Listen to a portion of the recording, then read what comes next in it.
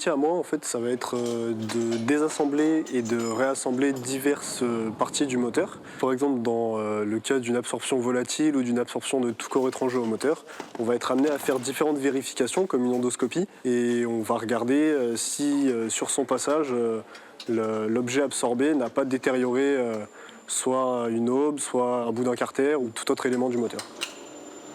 Il faudra qu'on reverse l'ancien et qu'on monte sur le 14. Clément, je te laisserai t'occuper du carter diffuseur. Ok, ça marche. C'est bon? Ouais, on travaille quand même sur un matériel qui est monté sur avion. Donc le contrôle, c'est vachement important.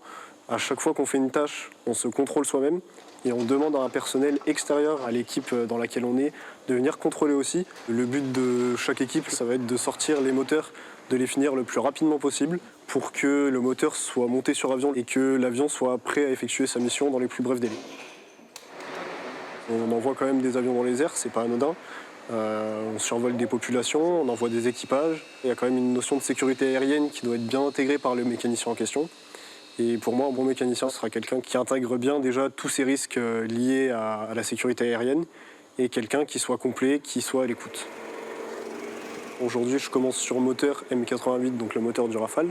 Mais pourquoi pas, dans quelques années, changer du tout au tout, aller sur MRTT ou C-130 ou n'importe quel autre avion où je pourrais élargir encore mon cercle de connaissances. Ce métier il me plaît énormément parce que vraiment voilà, je peux en apprendre tous les jours un peu plus sur ce moteur, sur cette machine qui est vraiment très complète, qui est vraiment magnifique. On ne s'imagine pas en fait de l'extérieur toutes les possibilités qu'on peut avoir avec un équipement comme celui-ci et c'est vraiment beau.